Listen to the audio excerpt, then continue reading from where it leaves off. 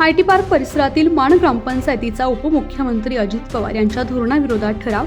IT park Hinjawadi पाठोपाठ आता IT park परिसरातील माण ग्रामपंचायतनं देखील उपमुख्यमंत्री अजित पवार यांच्या रस्ता रुंदीकरणाच्या धोरणाला कडाडून विरोध केला आहे।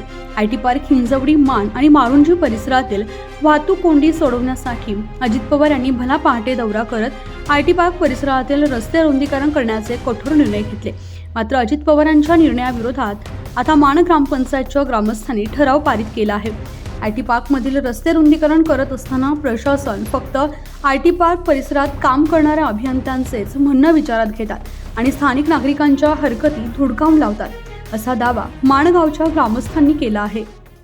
आमचं सर्वसामान्य ग्रामस्थांचं असं म्हणणं आहे की सदर हा रस्ता 24 मीटर करावा आणि MIDCचे रस्ते जे आहेत ते 36 मीटर 40 मीटर करावे, जेणेकरून काय होईल, जो ITचा लोंढा आहे तो बाहेरूनच जाईल आणि हा स्टेट हायवे असल्यामुळे 1 किलोमीटरच्या रेडियस एरियामध्ये त्यांनी 1 किलोमीटरच्या रेडियसमध्ये 24 मीटर रस्ता ठेवा आणि लोकांना 5 पट त्याचा मोबदला द्यावा आणि जोपर्यंत मोबदला मिळत नाही तोपर्यंत कारवाई करू नये, ही आमची प्रशासनाला मागणी आहे। या ठिकाणी गावठाण हद्दीमध्ये बरेचसे आमचे लोक या ठिकाणी 50 ते 60 70 वर्षापासून त्यांची घरं आहेत, मंदिरं आहेत आमचे या ठिकाणी मानदेवी मंदिर आमचं ग्रामदैवत आहे, त्या ठिकाणी शाळा आहेत, त्या ठिकाणी आमची एवढी दिसते आहे ग्रामस्थांची की गावठाण हद्दीतला जो रोड या ठिकाणी त्यांनी 36 केला आहे तो ठिकाणी 24 करावा।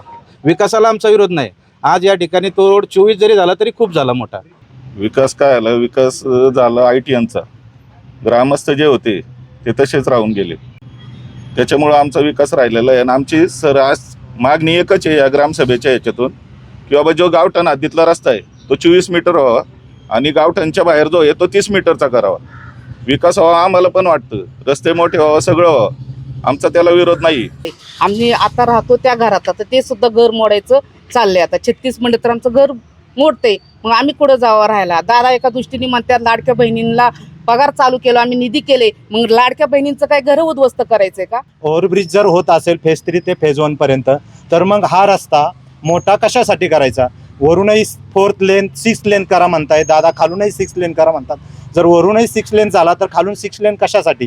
दुसरी एक महत्त्वाची गोष्ट येते की ह्या रस्त्याच्या दोन्ही दुतर्फा बाजूला हा जो काही रस्ता झाला आहे 1981 पासून कुठल्याही प्रकारचा भूसंपादनाचा मोबदला दिला नाही, कुठल्याही शेतकऱ्याला संपादनाचा मोबदला मिळाला नाही। आजपर्यंत ह्या रस्त्यावरती कुठला IPS नाही, TDR नाही, पैशाच्या स्वरूपाचाही मोबदला नाही।